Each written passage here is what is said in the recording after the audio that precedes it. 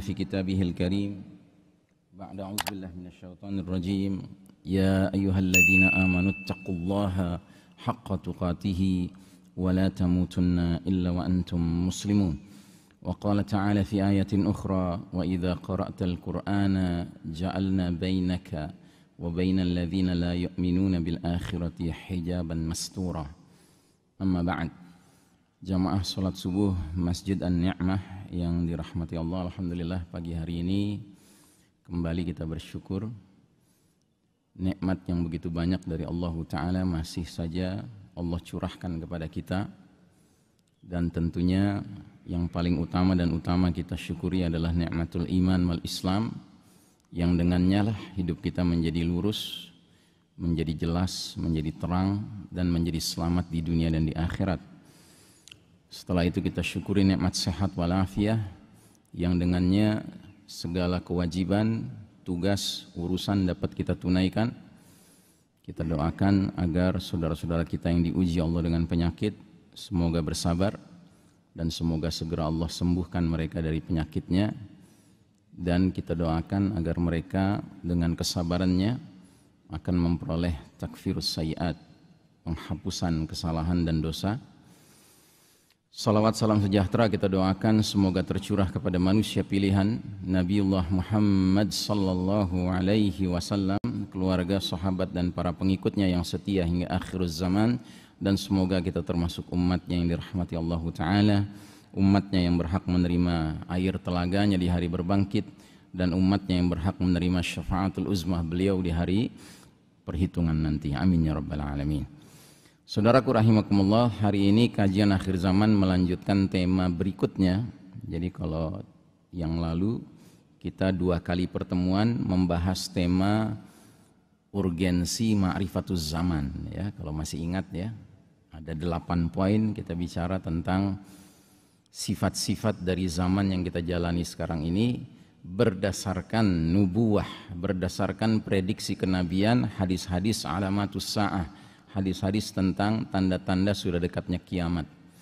Dan ternyata kesimpulan umumnya zaman yang sedang kita jalani ini bukan zaman yang aman dan nyaman untuk keimanan kita, untuk keislaman kita. This is the darkest chapter of the Islamic history. Ini adalah babak paling kelam dalam sejarah umat Islam. Belum ada babak lebih kelam dari yang kita jalani sekarang. Ya, karena Nabi jelas tegas mengatakan perjalanan umat ini akan melewati 5 periode, dan setiap periode diberi nama oleh Nabi kita sesuai dengan sifat sistem kepemimpinannya. Dan ternyata periode yang kita jalani sekarang ini disebut oleh Nabi dengan periode mulkan jabriyatan, para penguasa yang memaksakan kehendak mereka. Dan makin hari kita makin merasakan kebenaran hadis ini, ya. Dan kalau kita mengatakan mulkan jabriyatan, kita tidak memandang pada level apa, pada semua level sekarang ini, ya. Bukan saja level yang jelas-jelas dekat dengan kita, yang jauh dari kita pun memaksakan kehendak mereka, yaitu kalangan globalis, ya, kalangan yang merasa diri mereka punya kuasa penuh atas dunia ini karena kekayaan mereka, karena pengaruh mereka, karena kemampuan mereka mengendalikan mass media, kemampuan mereka mengendalikan bahkan lembaga-lembaga dunia, ya, di balik layar, ya. Jadi istilahnya non-state actors, ya, aktor-aktor yang tidak berbajukan negara tertentu, ya, tetapi sesungguhnya pengaruhnya ke seluruh negara di dunia ini. Nah, jadi ini era yang sedang kita jalani sekarang. Nah, dalam bahasan kita pagi hari ini kita lanjutkan dengan sebuah judul Sistem Islam versus Sistem Dajjal, ya. Jadi sistem Islam itu artinya sistem kehidupan yang nilai-nilai Islam itu menjadi panduannya. Sementara sistem Dajjal adalah sistem kekufuran, kesyirikan yang bahkan mau mereka akui ataupun tidak, mau mereka terang-terangan menyatakan ataupun tidak, sesungguhnya sistem itu berfondasikan nilai-nilai kekufuran Dajjal, ya.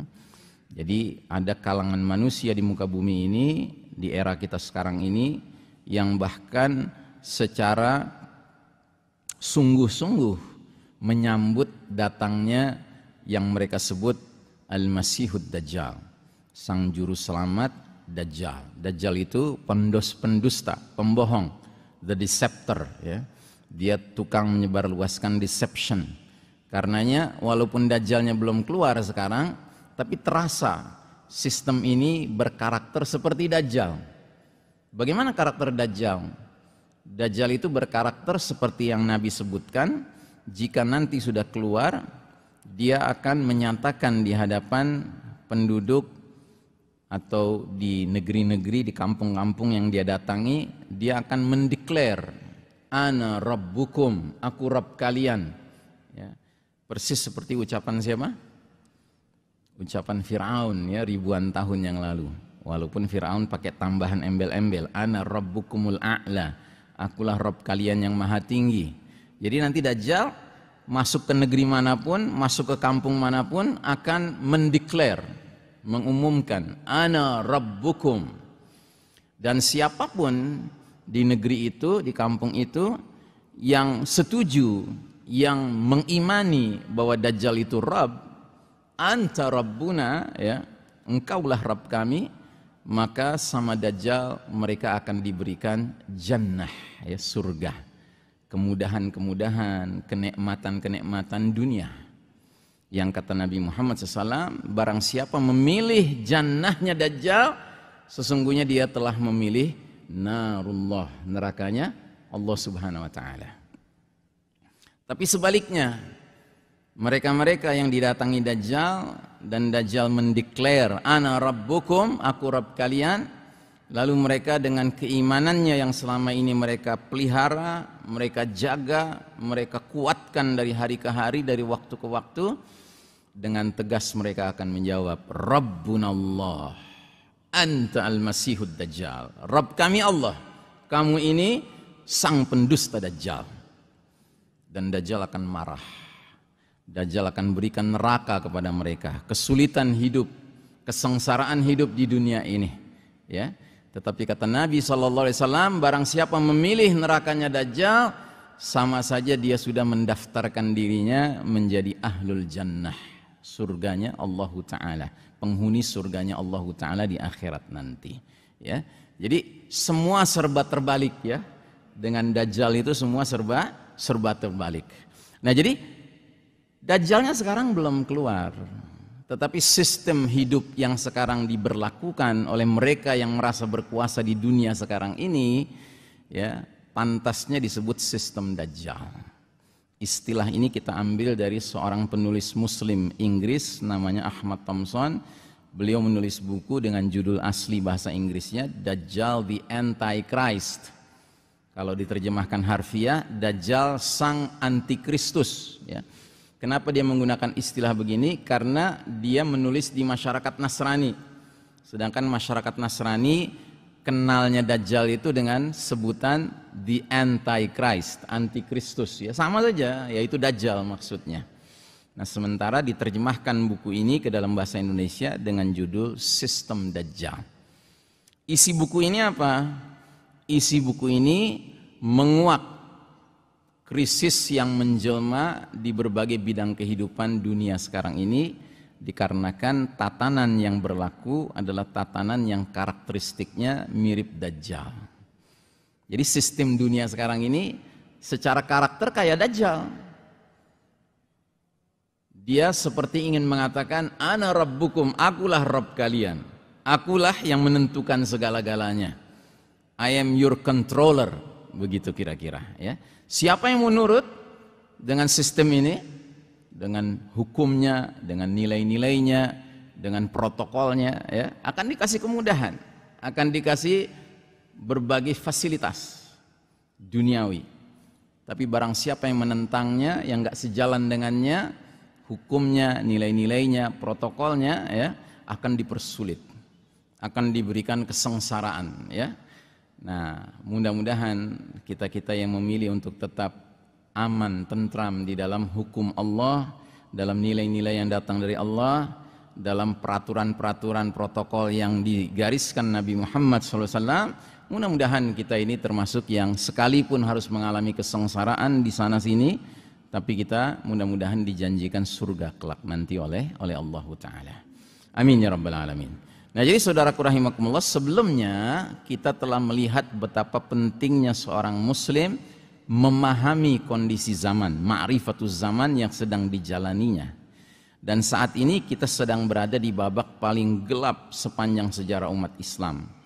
Inilah masa di mana badai fitnah menyelimuti kehidupan manusia. We are living in the darkest chapter of the Islamic history. Inilah babak di mana Allah Ta'ala menguji kita umat Islam dengan kekalahan. Ya, kita ini tidak sedang menang sekarang ya Pak. Umat Islam tidak sedang menang sekarang. Kita sedang kalah, harus kita akui itu. Sementara justru kaum kafir, Yahudi dan Nasrani, Barat, Eropa, Amerika diizinkan Allah memimpin dunia. Ya, waktu itu ada yang bertanya, lalu bagaimana dengan bangsa Cina yang juga sekarang sedang mendominasi dunia? Ya pada dasarnya mereka ba'duhum awliya'u ba'd, ya, satu sama lain saling dukung-mendukung, karena bangsa Cina ini bisa kita masukkan dalam kategori al-musyrikun, orang-orang musyrik, ya.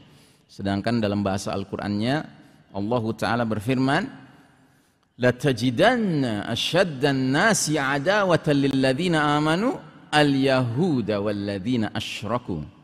Sungguh engkau Muhammad sallallahu alaihi wasallam akan dapati, akan temukan manusia yang paling hebat permusuhannya kepada kaum beriman adalah dua kelompok, al-yahud al-yahud walladzina asyraku, orang-orang Yahudi dan orang-orang musyrik, ya. Makanya hari ini ya mereka itu sekalipun banyak perbedaan di antara mereka satu sama lain, tapi kalau sudah menghadapi kita Pak, mereka tidak punya perbedaan. Ya, mereka punya kesamaan kemauan. Apa itu kemauannya? Kemauan mereka adalah yang Allah gambarkan dalam surat Al-Baqarah 217. وَلَا يَزَالُونَ يُقَاتِلُونَكُمْ حَتَّى يَرُدُّوكُمْ عَنْ دِينِكُمْ إِنِ اسْتَطَاعُوا. Artinya, dan tidaklah mereka berhenti. Jadi artinya tidak henti-hentinya, continuously, terus menerus, 24 jam sehari, 7 hari sepekan, 12 bulan setahun, mereka terus menerus berupaya memerangi kalian umat Islam, sehingga mereka bisa memurtadkan kalian dari agama kalian seandainya mereka sanggup. Ya, jadi ini satu ambisi yang Allah singkap di dalam Al-Quran tentang watak orang-orang yang memusuhi Islam dan kaum muslimin, yang biasa diistilahkan para ulama dengan istilah kafir harbi. Ya, orang kafir itu banyak Pak, orang tidak muslim itu banyak. Tapi ada satu jenis yang namanya kafir harbi. Kafir harbi itu artinya orang kafir yang berjiwa, bermentalitas memerangi Islam dan kaum muslimin. Nah, kafir harbi ini adalah kalangan yang tidak henti-hentinya berpikir, merancang program-program, rencana-rencana yang bisa menyebabkan umat ini ya menanggalkan iman mereka, agama mereka, ya. Na'udzubillahi min dzalik, ya. Dan kita harus menyadari. Jadi satu hal yang sering saya katakan, kalau kita mau tahu kondisi kita hari ini, kita harus bertanya secara jujur, siapa yang mimpin hari ini? Itu harus kita jawab, Pak. Kalau Anda jawabannya adalah, oh yang mimpin adalah sebut saja nama presiden di negeri ini. Tidak, dia tidak berkuasa. Yang berkuasa ada lagi di atasnya, ada lagi di atasnya, ada lagi di atasnya. Nah, siapa yang mimpin hari ini? Ya. Yang mimpin hari ini adalah mereka-mereka yang bukan rahasia lagi, adalah al-Yahud. Kaum Yahudi yang mimpin dunia hari ini. Makanya kaum Yahudi hari ini menjadi kaum yang sangat dimanjakan oleh semua pihak. Ya, termasuk pihak yang paling punya pengaruh di dunia hari ini kan Amerika. Amerika itu memanjakan Yahudi. Mau berbuat apapun Yahudi kepada kaum muslimin di Palestina nggak jadi masalah, ya. Sampai menjadi syarat untuk jadi presiden di Amerika Serikat, syaratnya dia harus tampil di lembaga kerjasama, ya, Amerika dengan Israel, ya, AIPAC, ya, singkatannya AIPAC, AIPAC, dan dia harus menyatakan kalimat komitmennya. Ya, kalau dia sudah nyatakan kalimat komitmennya, dia berpeluang akan jadi presiden Amerika Serikat. Tapi kalau dia tidak mau hadir di situ, atau dia hadir tapi nggak ada kalimat komitmen untuk mendukung 100% Israel, Yahudi, tidak akan didukung. Ya. Nah jadi saudaraku rahimakumullah, ini yang mimpin kita hari ini Pak. Kalangan yang jelas-jelas Allah Ta'ala nyatakan, latajidanna asyaddan nasi adawatan lilladzina amanu al-yahuda walladzina asyraku. Sungguh engkau Muhammad akan temukan manusia yang paling hebat permusuhannya kepada kaum beriman adalah kaum Yahudi dan kaum musyrikin. Dan mereka yang mimpin dunia hari ini. Jadi adalah naif sekali jika kita menyangka kepemimpinan mereka ini mengandung kebaikan. Itu naif sekali, ya. Mohon maaf, ya. Karena Al-Qur'an sudah memberikan kita kaidah-kaidah. Contohnya misalnya dalam surat Al-Fatah. Al-Fatah itu surat keberapa? 48 ya kalau nggak salah ya. Al-Fatah. Ayat terakhir, ayat 29. Kata Allah Subhanahu wa taala, Muhammadur Rasulullah walladzina ma'ahu asyidda'u 'alal kuffari ruhama'u bainahum. Muhammad adalah utusan Allah sallallahu alaihi wasallam. Orang-orang yang bersamanya asyidda'u 'alal kuffar, keras terhadap kaum kafir, tegas terhadap kaum kafir, ya, dan berkasih sayang dengan sesama orang beriman, ya. Jadi istilahnya husnuzan, sangka baik itu harus kita optimalkan Pak kepada sesama orang beriman. Tapi sebaliknya kalau sudah bertemu orang kafir, apalagi kafir harbi, kita tidak boleh husnuzan, kita harus suuzon, sangka buruk. Kenapa? Ya karena mereka telah berkomitmen dengan iblis, dengan syaitan. Ya. Makanya kalau kita pelajari sosok-sosok yang sekarang mempengaruhi dunia ini Pak, ya, dan mereka disebut sebagai non-state actors, ya, aktor-aktor non negara tertentu, tapi mereka kaya raya, mereka punya influence, pengaruh yang begitu dahsyat.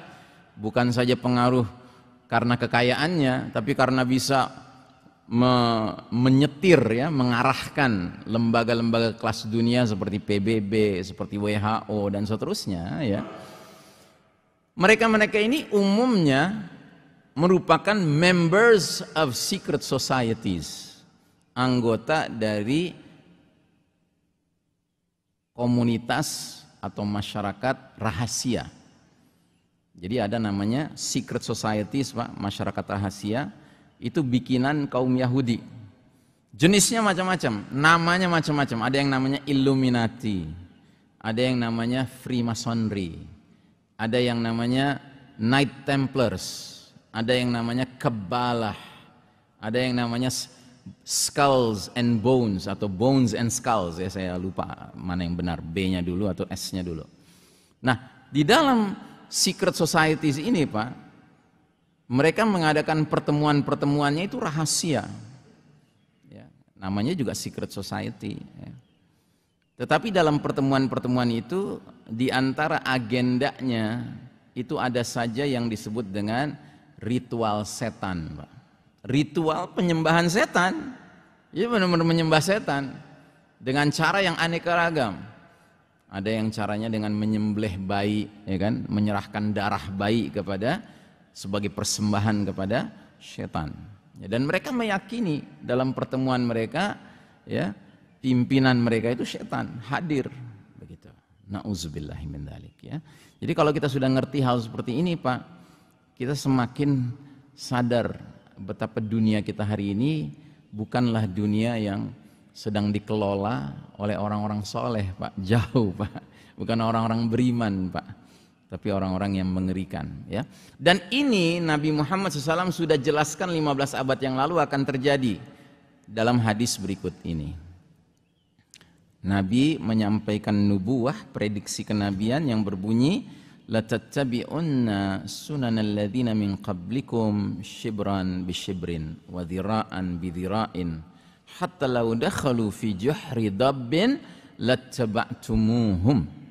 Sungguh kalian benar-benar akan mengikuti kebiasaan, jalan hidup, tata cara hidup orang-orang sebelum kalian, sejengkal demi sejengkal, sehasta demi sehasta, maksudnya pelan tapi pasti, sehingga sekiranya mereka yang kalian ikuti jelas-jelas masuk ke dalam lubang biawak, kalian pasti akan terus mengikuti mereka.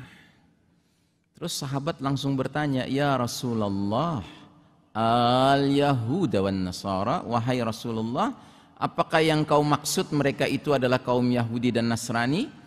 Nabi menjawab dengan balik bertanya, faman, who else? Siapa lagi kalau bukan mereka? Ya. Jadi Nabi ketika menyampaikan hal ini menyebabkan para sahabat yang mendengarnya tercengang, terheran-heran. Sebab tidak terbayang dalam benak pikiran mereka, kok bisa ya umat Islam nanti ngekor sama Yahudi Nasrani? Tidak terbayang. Sebab mereka tidak mengalami sewaktu Nabi dan para sahabat berjuang setelah hijrah di Madinah. Di kota Madinah itu Yahudi ada, Nasrani ada, musyrikin ada. Tapi karena luar biasa kedudukan Nabi dan para sahabat menjaga izzah, menjaga martabat, marwah, ya, kehormatan iman dan diri mereka, maka kaum Yahudi waktu itu di Madinah, kaum Nasrani, kaum musyrikin tunduk kepada Nabi dan para sahabat.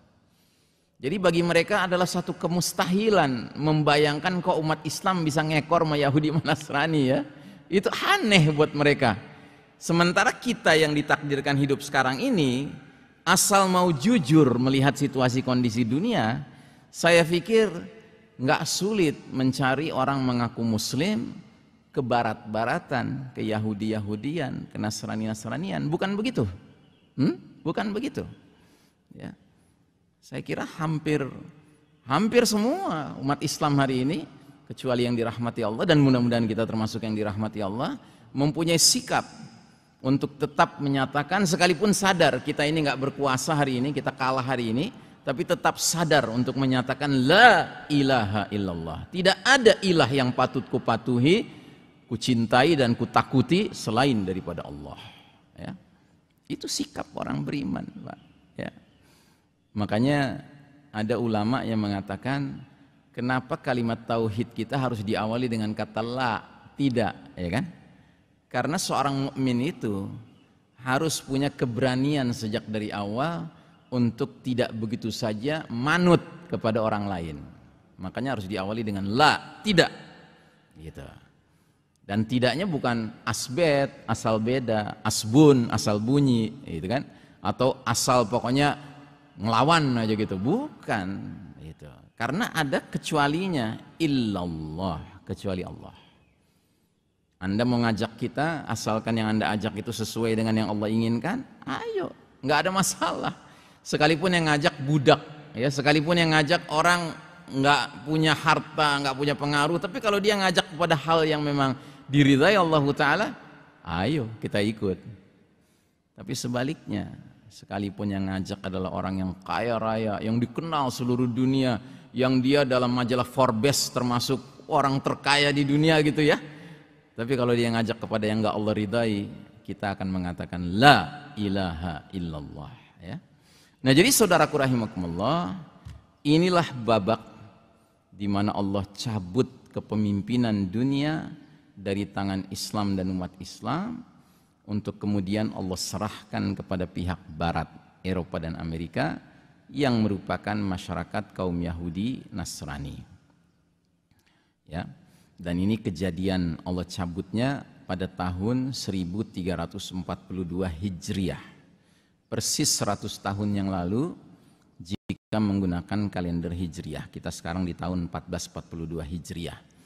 Kalau pakai kalender Masehi atau kalender Syamsiah, matahari, maka kita sudah 97 tahun, ya, dicabut kepemimpinan umat manusia dari tangan kita umat Islam, yaitu tahun 1924. Kita sekarang tahun 2021.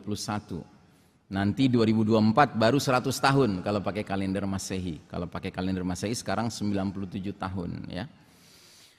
Nah, sedangkan masyarakat Yahudi Nasrani ini memiliki karakter seperti bangsa Rum, bangsa Romawi, yang ideologinya apa?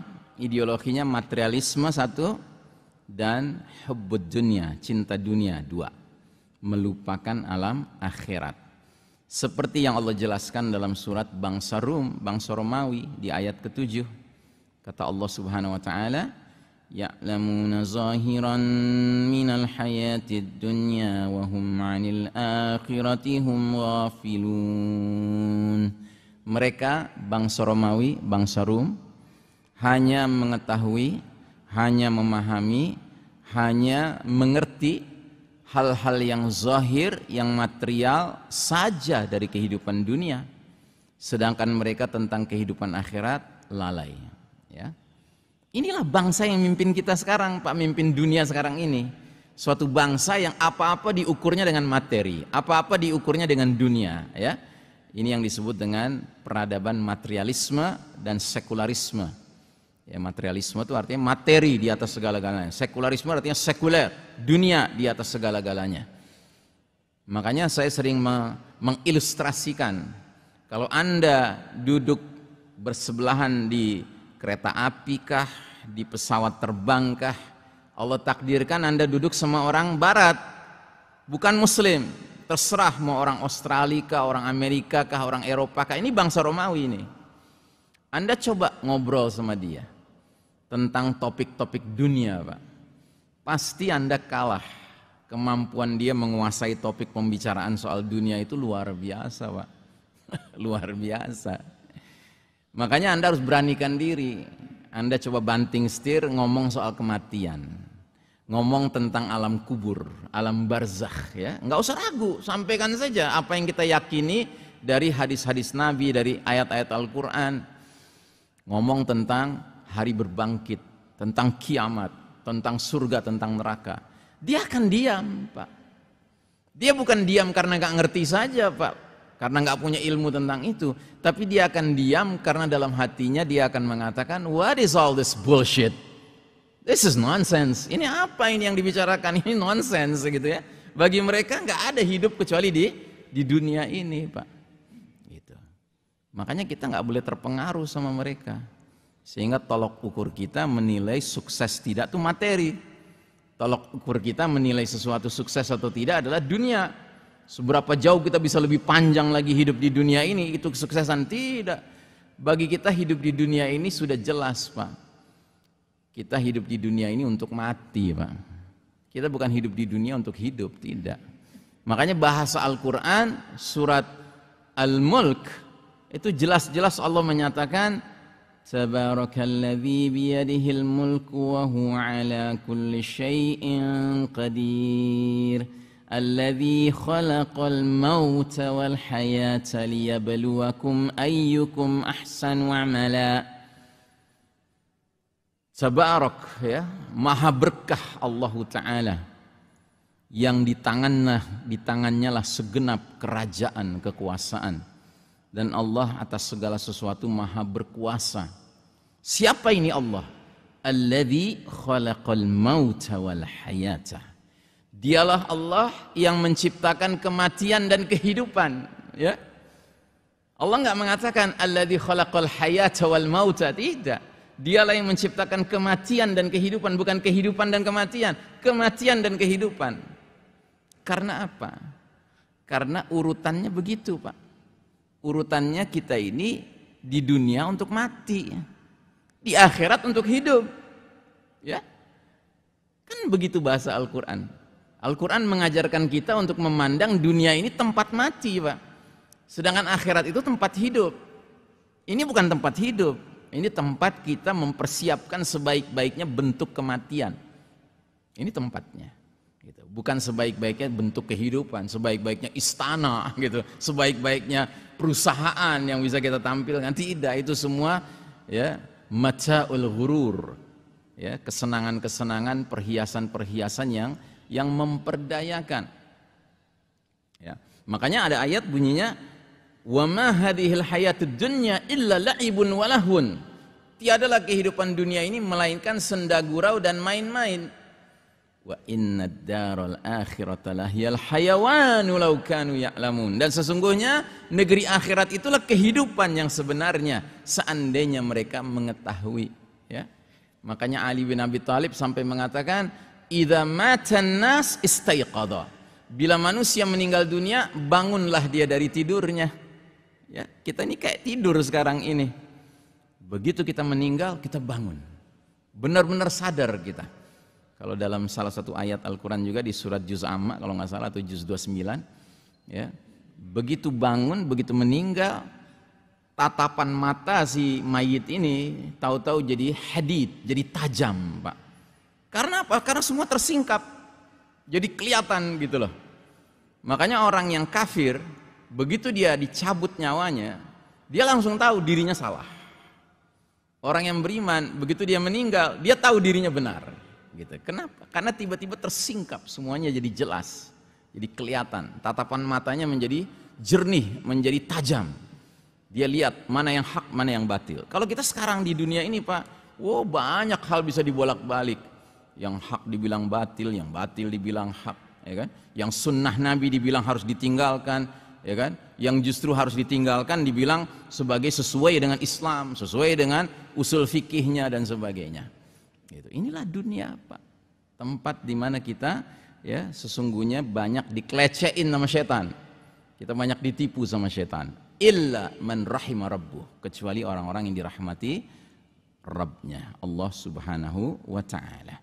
Nah, jadi saudaraku rahimakumullah, peradaban materialis sekularis ini, inilah peradaban yang dibangun oleh mereka yang memimpin dunia hari ini semenjak Allah mencabut hak kepemimpinan umat Islam atas umat manusia persis 100 tahun yang lalu pakai kalender Hijriah, persis 97 tahun yang lalu pakai kalender Masehi, ya. Terus lanjut, ini semua sebenarnya sudah saya bahas tapi nggak apa-apa kita tegaskan lagi. Hadis periodisasi, ringkasan sejarah umat Islam. Ini sudah saya bahas berkali-kali. Dan kenapa saya sering bahas ayat hadis ini? Karena menurut hemat saya, Pak, salah satu hal yang menyegerakan Anda bisa paham ilmu akhir zaman kalau Anda memiliki pemahaman yang utuh tentang hadis periodisasi ini.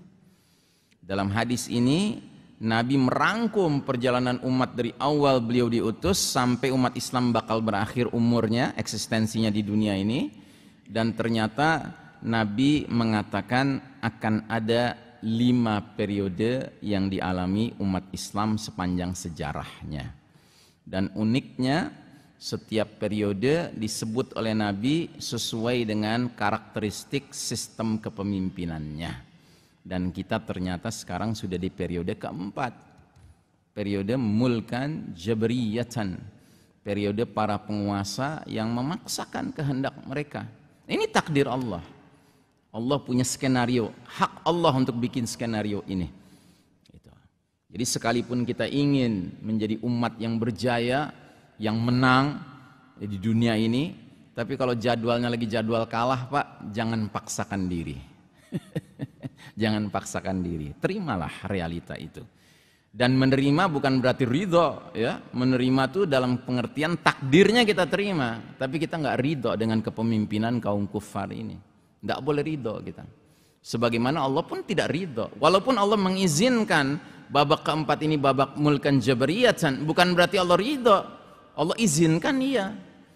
Ini yang sering saya katakan berkali-kali, tolong kita umat Islam Indonesia ini karena enggak dibesarkan dengan bahasa Arab, bedakanlah antara izin Allah dengan ridha Allah, itu beda, Pak. Izin Allah itu maknanya Allah izinkan sesuatu terjadi, berlangsung. Kayak kita ini sekarang nih, ya, saya sebelum dikontak sama kontak person masjid ini, saya dalam hati saya, wah, tanggal 4 Juli jadwal saya kuliah subuh di Masjid An-Nikmah kayaknya batal nih, gitu, ya kan? Saya udah begitu dugaan saya. Karena saya baca berita kan, saya ikuti berita. Tapi ternyata Allah izinkan terjadi majelis pagi hari ini. Bukan saja kita bisa sholat subuh di masjid ini, tapi Allah izinkan majelis ini berlangsung. Allah ridha dengan majelis ini, terserah. Itu terpulang kepada apa isi materinya dalam majelis ini. Itu bagi saya sebagai pengisi materi. Sementara bagi Anda sebagai yang mendengarkan, itu tergantung kepada Anda. Anda duduk di situ dengan hati apa, dengan pikiran apa, dengan niat apa, ya kan? Diridhai tidaknya suatu perbuatan itu terpulang kepada perilaku kita, niat kita dalam menjalankan urusan itu sejalan atau tidak dengan syariat Allah Subhanahu wa taala, ya. Nah, jadi saudaraku rahimakumullah, Allah takdirkan 5 periode perjalanan umat Islam, dan kita semua, saya, Anda, kita semua Pak, tanpa kecuali, kita ini dilahirkan di periode keempat, ya. Kan nggak ada kan yang pernah mengalami periode ketiga, ya? Ada? Ya nggak mungkin lah. Mana ada yang umurnya lebih dari 100 tahun di sini? Kan nggak ada. Kita sejak lahir sudah di periode keempat, Pak. Periode mulkan jabariyatan. Jadi kalau Anda ingat-ingat waktu Anda masih muda, mulai ngerti tentang dunia, ya kan, waktu masih kecil kan kita nggak ngerti apa-apa soal dunia, ya Pak. Tapi begitu mulai remaja, mulai jadi anak muda, kita mulai itu peduli dengan urusan sosial, urusan ekonomi, urusan politik, gitu ya. Coba ingat-ingat, semenjak Anda punya kesadaran tentang dunia ini, Pak, ada nggak Anda catat pemimpin yang benar-benar memuaskan Anda? Ya, bisa dikatakan nggak ada.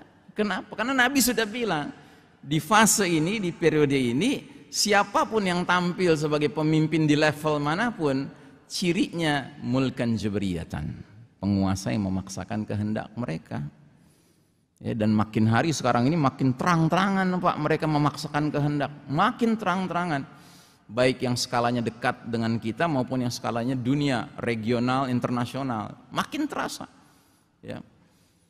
Makanya banyak protes sekarang dari kalangan yang mau berpikir dan berani berpendapat tentang apa-apa yang berkembang sekarang ini. Istilahnya mainstream opinion, opini umum yang berkembang, itu sudah mulai dikritisi oleh mereka-mereka yang cerdas dan mereka-mereka yang berani dengan mengeluarkan dissenting opinion, ya, pendapat yang berbeda. Gitu, ya.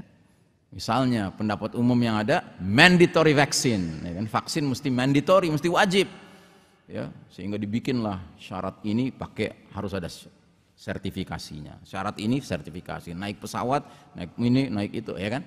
Tapi ada kalangan yang jelas-jelas menentang. Jangan kita pikir nggak ada kalangan itu, hanya karena kita belum tahu ada suara-suara yang berbeda yang menentang, lalu kita berpikir semuanya setuju, padahal tidak demikian, ya. Karena itulah tabiat dunia, Pak.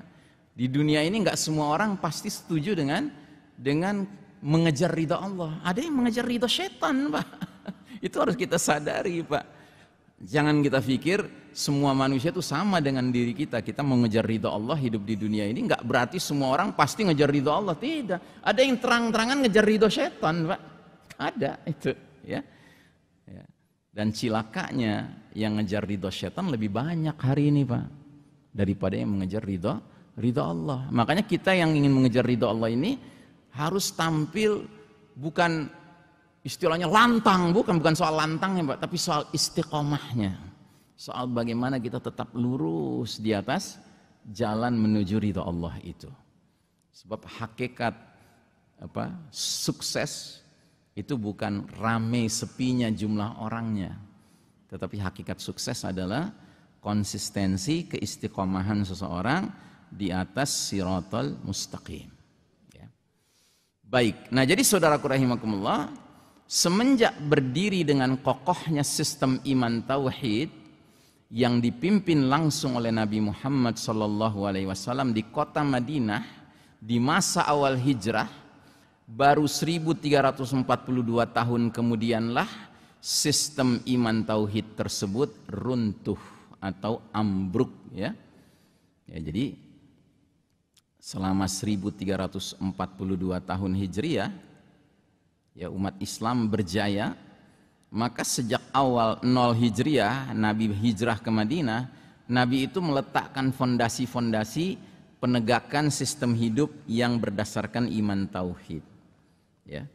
Jadi kota Madinah itu menjadi basis tersebar luasnya nurul Islam, nurul Quran ke segenap jazirah Arab.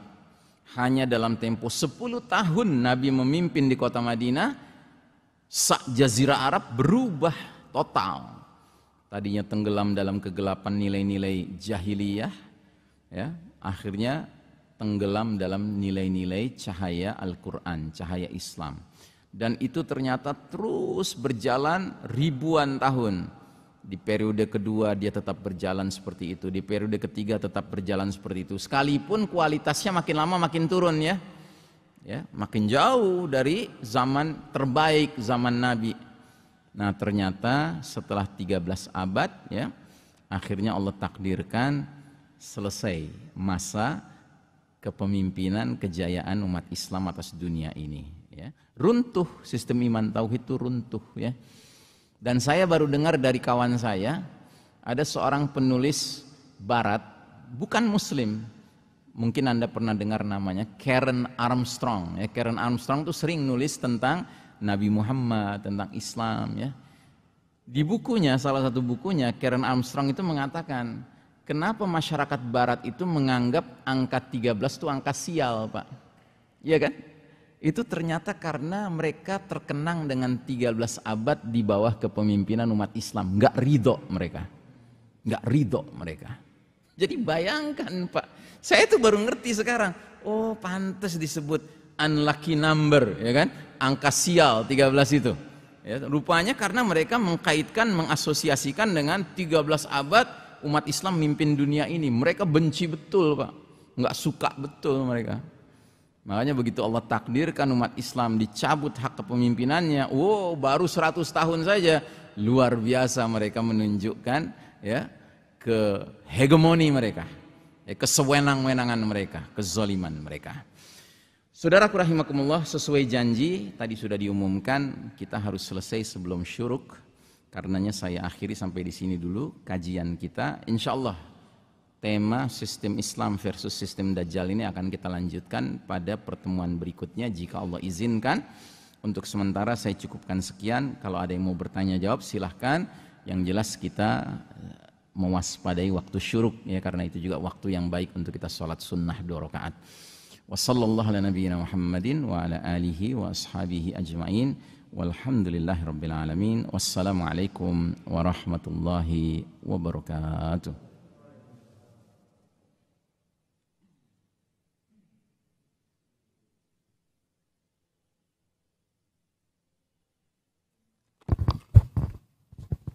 Jamaah sekalian, demikianlah kajian kita bersama Ustaz Ihsan Tanjung. Kita masuk ke sesi tanya jawab. Kepada jamaah yang ingin menanyakan sesuatu, kami persilakan.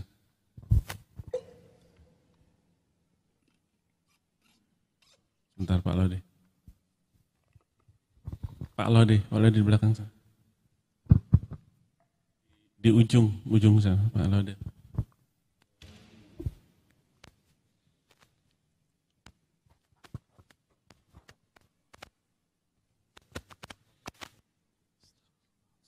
Bismillahirrahmanirrahim. Assalamualaikum warahmatullahi wabarakatuh. Terima kasih Ustadz Ihsan Tanjung, udah beberapa kali tausiah di sini. Memang selalu menarik lah, karena cocok sekali materinya dengan perkembangan situasi dunia, khususnya kita kalangan Islam. Lebih-lebih di akhir-akhir ini, selama COVID ini kelihatan sekali bahwa materi ini betul-betul umat Islam ini kelihatannya sudah masuk yang periode 5 itu, dan hampir-hampir kita tidak bisa sabar, ya, atau tidak bisa percaya lah dengan teori bahwa benar-benar kita umat Islam itu sudah dikuasai habis lah. Sebagai apa? Sudah dikuasai benar-benar kita umat Islam itu.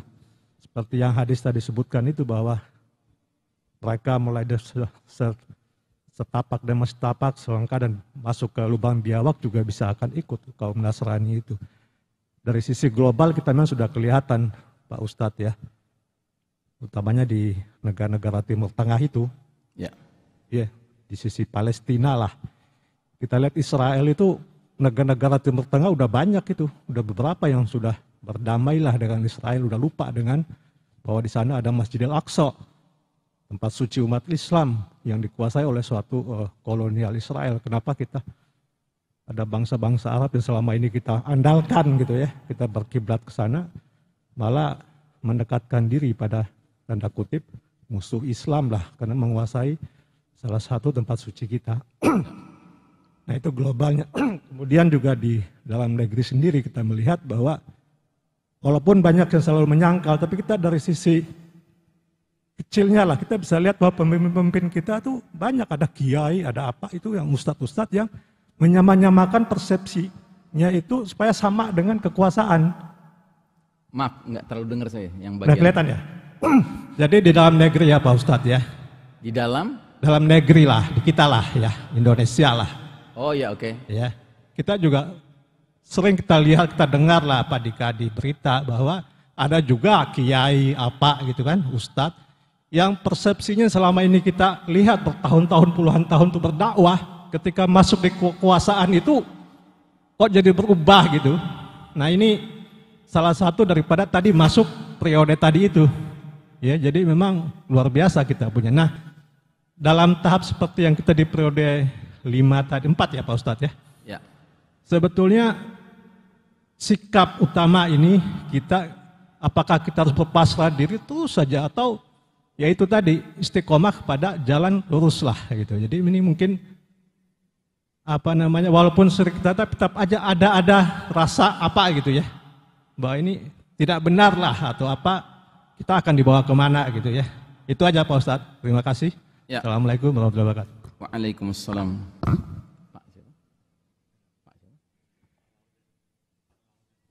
Pak Laude. Ya. Jazakallah khair Pak Laude. Kalau boleh saya ambil intisari pertanyaannya, jadi apakah kita pasrah saja ataukah kita istiqomah? Sebenarnya Bapak udah tahu jawabannya, kita istiqomah lah, begitu ya. Nah cuma kadangkala sebahagian umat Islam punya salah persepsi tentang istiqomah. Dikira kalau orang istiqomah itu pasrah, gitu. Padahal tidak. Orang yang istiqomah itu orang yang biar bagaimanapun dia berusaha dihalang-halangi untuk taat kepada Allah, taat kepada Rasul, dia akan tetap menggeliat menunjukkan ketaatannya kepada Allah dan Rasulnya. Itu yang namanya istiqomah. Bukan istiqomah namanya kalau pasrah, ya, disuruh meninggalkan sunnah Nabi ikut nurut, itu namanya pasrah. Itu bukan istiqomah, ya. Disuruh untuk menutup masjid, tutup begitu, iya kan? Itu bukan pasrah namanya, bukan istiqomah namanya, pasrah itu namanya, ya. Karena sesungguhnya ya nggak ada ceritanya. Taun dahulu kala terjadi lebih dahsyat dari kita sekarang ini, wabah penyakit ya. Tapi nggak pernah ada catatan sejarah Islam yang menyebutkan era generasi sahabat kah, tabi'in kah, tabi'in kah, generasi-generasi berikutnya selagi ada wabah sampai masjid ditutup tuh nggak ada. Jangankan masjid ditutup, tata cara sholat berjamaahnya dirubah saja nggak ada. Gitu. Nah, jadi dari segi itulah kita melihat bukti keistiqomahan umat ini. Ada bukti-bukti sejarahnya keistiqomahan umat ini. Nah, tinggal masalahnya setelah kita yang menjalani sekarang ini, kita mau pilih apa? Mau pilih kita melanjutkan tradisi istiqomah, ataukah kita mau menampilkan sesuatu yang kayaknya damai dengan dunia ini, tapi sesungguhnya pasrah, sesungguhnya ngalah, bahkan tunduk kepada maunya syaitan dan hizbus syaitan, gitu. Nggak boleh. Kita orang beriman ini sudah berkomitmen, sebagaimana iblis sudah berkomitmen. Iblis itu komitmen dengan Allah, di depan Allah. Karena engkau sudah hukumi aku sesat, maka aku akan menyesatkan manusia sebanyak-banyaknya. Kukan datangi mereka dari depan, dari belakang, dari kanan, dari kiri, dan engkau tidak akan mendapati kebanyakan mereka bersyukur alias taat. Udah komitmen. Kalau musuh kita komitmen, kita sebagai Hizbullah, ya, Hizbullah ini partainya Allah, ya kan, juga harus menunjukkan komitmen. Ya Allah, apapun yang terjadi buat saya tunduk pada engkau adalah harga mati, ya Allah. Mengikuti sunnah Nabi Muhammad SAW itu harga mati, ya kan? Kita juga harus bisa punya kebulatan tekad, karena melawan iblis itu nggak bisa enggak, harus minimal setara, bahkan mestinya lebih supaya bisa mengalahkan mereka. Tapi minimal setara. Nah sekarang setara aja nggak ada, karena apa? Pasrah.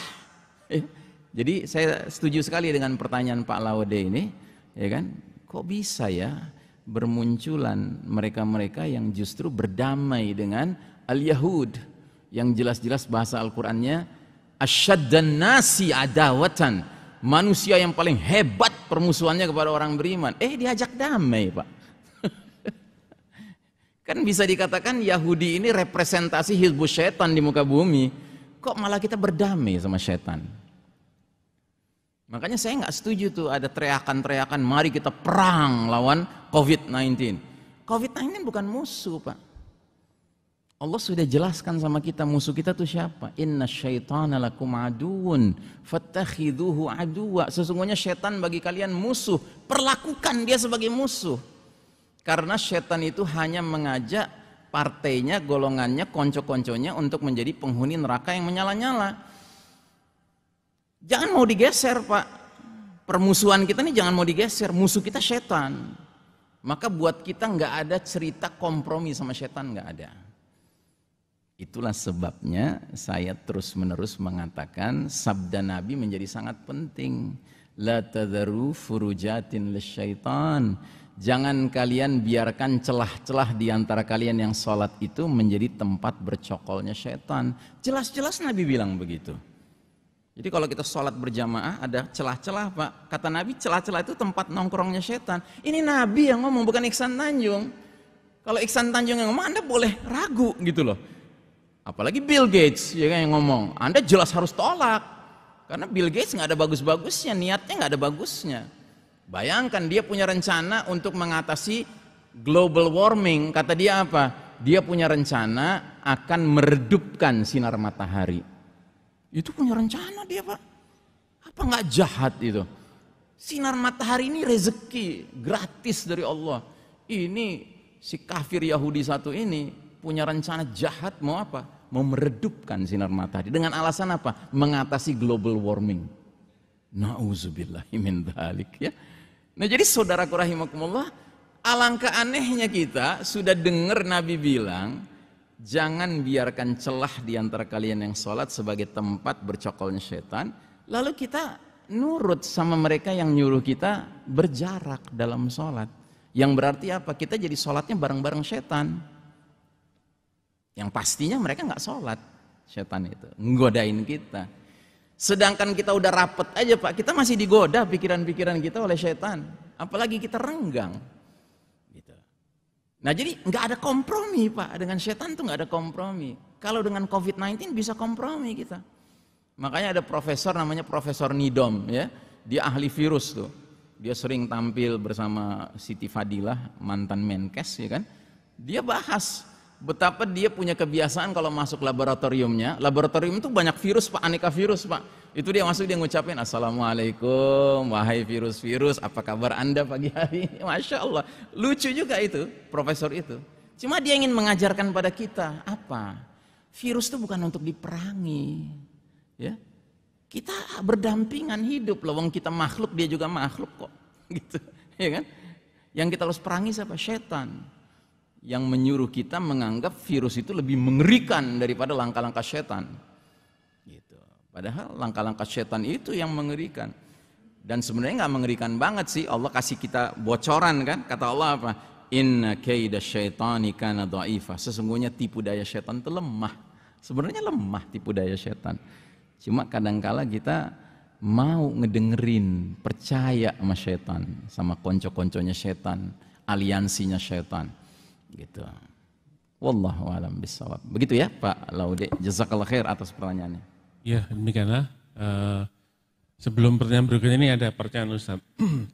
Bahwa Rasulullah itu di zaman Mekah dengan Madinah sangat berbeda cara dakwah beliau. Di Mekah dan juga waktu di Mekah juga peribadan juga belum lengkap, selengkap di Madinah. Di situ orang bisa menganalisa bahwa barangkali itu strategi yang benar memang seperti itu. Nah, kondisi saat ini kalau misalnya kita harus berstrategi, bernegosiasi, kira-kira hal apa yang tidak boleh kita tinggalkan sehingga kalaupun kita berstrategi tetapi batin kita tetap tenang gitu, Ustaz. Ada ayat dalam surat An-Nahl ayat 106. Sebenarnya ayat ini bukan bicara strategi ya, tapi dia bicara tentang apa yang akhirnya masih bisa diterima oleh Allah, dibolehkan oleh Allah saat seorang muslim mengalami penderitaan, mengalami kesulitan ya. Dan ayat ini turun berkenaan dengan sahabat yang bernama Ammar bin Yasir radhiyallahu anhuma ya. Jadi Ammar bin Yasir ini lahir dari ayah dan ibu kalangan du'afa, kalangan miskin ya. Lalu ketika awal dakwah Nabi di kota Mekah, keluarga Yasir ini sempat menjadi as-sabiqun al-awwalun. As-sabiqun al-awwalun itu artinya sahabat-sahabat awal yang mengucapkan 2 kalimat syahadat. Yang paling pertama Ammar masuk Islam dulu, dia sembunyi-sembunyi kalau ngaji ke rumah Nabi, sampai pada suatu pagi ketahuan sama ibunya.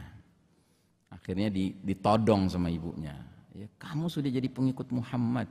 Bukankah para petinggi-petinggi musyrikin sudah mengatakan, mewarning, barang siapa yang ikut dengan Muhammad dia akan mengalami kesengsaraan.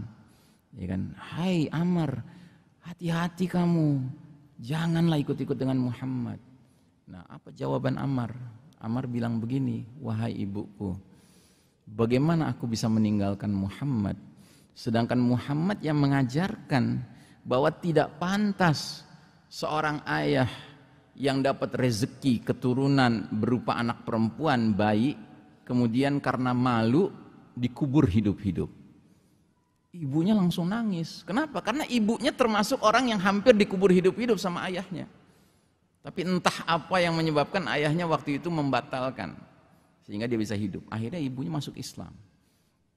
Yasir ayahnya Ammar juga masuk Islam. Tapi ketahuan sama para pemuka-pemuka musyrikin Quraisy, disiksa, mereka disiksa luar biasa siksanya. Yasir dan Ummu Ammar ya kan, ibunya Ammar itu disiksa di depan Ammar, sambil Ammar juga lagi disiksa. Itu sampai dia harus menyaksikan ayahnya disiksa sampai mati.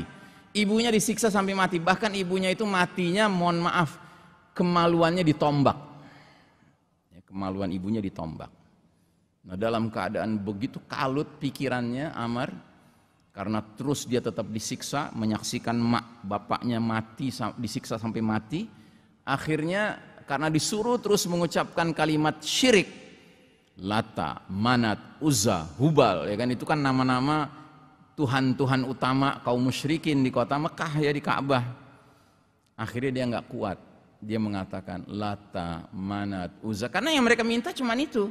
Mereka cuma minta kaum beriman ini hendaknya ucapkanlah ya, sebutlah, agungkanlah nama-nama Tuhan-Tuhan mereka.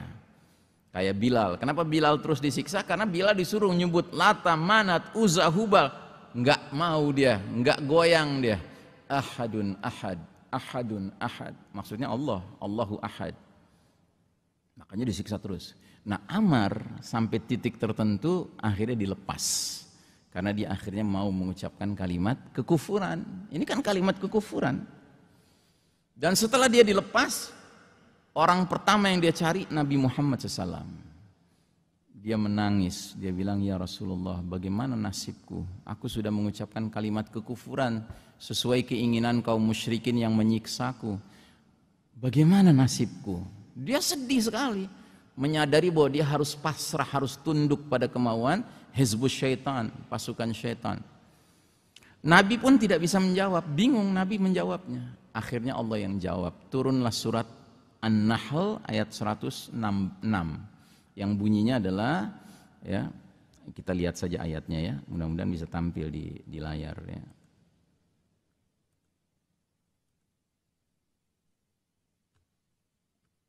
Sebentar.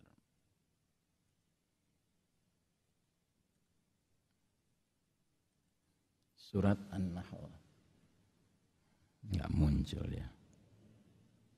ayat 106.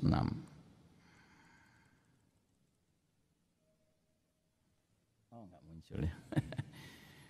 Allah berfirman, "Man kafara billahi min ba'di imanihi illa man ukriha wa qalbuhu mutmainnun bil imani walakin man syaraha bil kufri sadran fa alaihim ghadabun minallahi wa lahum adzabun adzim." Barang siapa yang kafir kepada Allah sesudah dia beriman, dia akan memperoleh kemurkaan Allah. Kecuali orang yang dipaksa kafir padahal hatinya tetap tenang dalam beriman, tidak berdosa. Akan tetapi orang yang melapangkan dadanya untuk kekafiran, maka kemurkaan Allah menimpanya dan baginya azab yang besar. Terus ayat 107-nya menjelaskan kenapa kok bisa muncul orang-orang yang secara ridho gitu loh dengan kekufuran. Dzalika bi annahu mustahabbul hayatad dunya 'alal akhirah qaumal kafirin. Yang demikian itu disebabkan karena sesungguhnya mereka mencintai kehidupan di dunia lebih daripada akhirat, dan bahwasanya Allah tiada memberi petunjuk kepada kaum yang kafir. Ujung-ujungnya ke situ. Ujung-ujungnya orang yang kompromi, yang pasrah, yang tunduk pada hizbus syaitan karena lebih mengutamakan urusan dunianya daripada urusan akhiratnya. Nah, jadi dengan kata lain turunnya ayat ini memberi dispensasi kepada orang seperti Ammar, gitulah ya. Makanya saya pernah membahas tentang pentingnya kita sekalipun lagi pandemi gini, sholat berjamaahnya tetap sesuai sunnah Nabi, yaitu rapat, ya kan. Saya pernah membahas, terus ada jamaah yang datang ke saya bilang gini, "Ustadz, salah alamat Ustadz ngomong ke depan jamaah materi seperti ini. Mestinya Ustadz ngomongnya di level pimpinan-pimpinan supaya bisa merubah kebijakan." Terus saya bilang, enggak salah. Karena saya bicara bukan untuk kalangan tertentu, untuk semua muslim. Dan intinya saya ingin menyampaikan apa? Oke lah, Anda nggak bisa ngerubah situasi. Oke lah, Anda harus nurut berjarak sholatnya, nggak sesuai sunnah Nabi. Tapi yang penting, hati Anda tidak boleh merasa ridho dengan itu. Itu yang penting. Ya. Harus ada reluctancy, harus ada perasaan ini dipaksa gue begini, gitu, ya kan? Harus ada perasaan bahwa ini nggak benar, mau sampai kapan begini. Dan ingat ya, perasaan seperti itu dalam hati, kata Nabi apa? Dzalika dha'aful iman, itu iman yang selemah-lemahnya. Diakui beriman, cuma itu kategori iman yang selemah-lemahnya, yang ibaratnya udah di tepi jurang gitu loh. Ya. Nah, masa sih kita belum apa-apa sudah milih yang model begitu, padahal bisa memilih model lain. Gitu. Cuman itu dibenarkan, masih dibenarkan. Yang ribet adalah kalau orang sudah bahkan nurut aja, fine saja sampai ke relung hatinya. Bahkan lebih mengerikan lagi yang ngebelain gitu, bahkan ngebelain. Sampai nyerang orang-orang yang ingin sesuai sunnah Nabi Muhammad SAW. Nah itu, jadi inilah yang saya katakan era ini tingkat fitnahnya, dahsyatnya sudah sampai ke tingkat kelihatan betul musuh-musuh kita tuh ingin kita nih kafir Pak, kita nih keluar dari Islam gitu. Sebab mereka udah rancang program-program yang sedemikian rupa menyebabkan umat Islam asal nurut aja, sisanya terserah hati mereka. Nah, gitu kan, ibaratnya begitu. Nah, saya tidak mau, saya mau didik umat ini, ayo kita berjuang. Ya sekalipun Anda cuma di dalam hati nggak apa-apa, itu selemah-lemahnya iman. Tapi jangan dong, Anda belum apa-apa sudah nurut aja, udah pasrah aja dengan hizbus syaitan, ya nggak boleh Pak. Kita ini sudah komitmen kok, dalam sholat kita bilang iyyaka na'budu wa iyyaka nasta'in, hanya kepada Engkau ya Allah kita mohon pertolongan. Kita nggak mau nengok kepada pihak lain, apalagi syaitan tempat minta pertolongan, nggak mau kita.